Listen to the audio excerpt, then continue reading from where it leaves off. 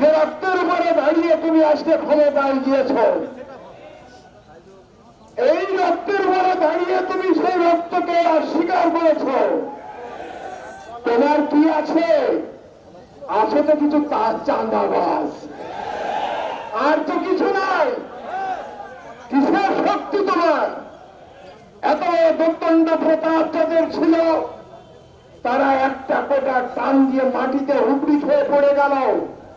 এদেশে থাকতে পারলো না, তারা চলে গেল।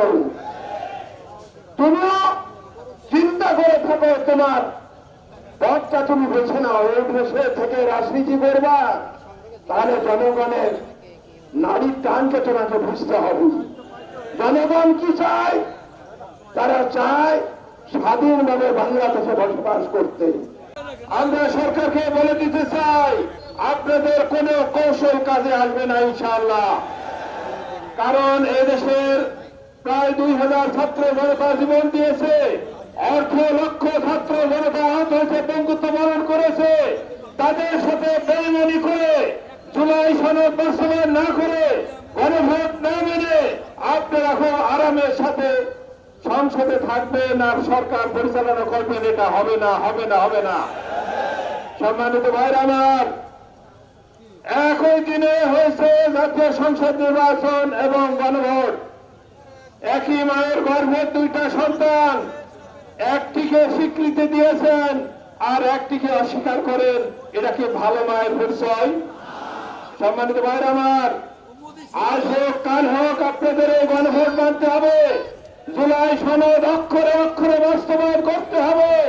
এর কোন বিকল্প পথ খোলা নেই।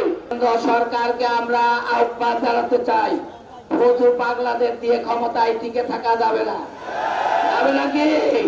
সংগ্রামী জনতা, এই ফজু পাগলাদের প্রোটেকশনের জন্য আমরা ইনশাল্লাহ সংসদে আছি।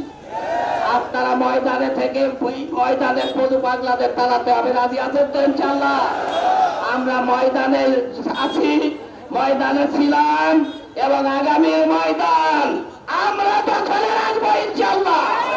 এই ময়দানের ভয় কেউ যদি দেখায়, তাদের মোকাবেলা আমরা এই ময়দানে করবো ইনশাল্লাহ।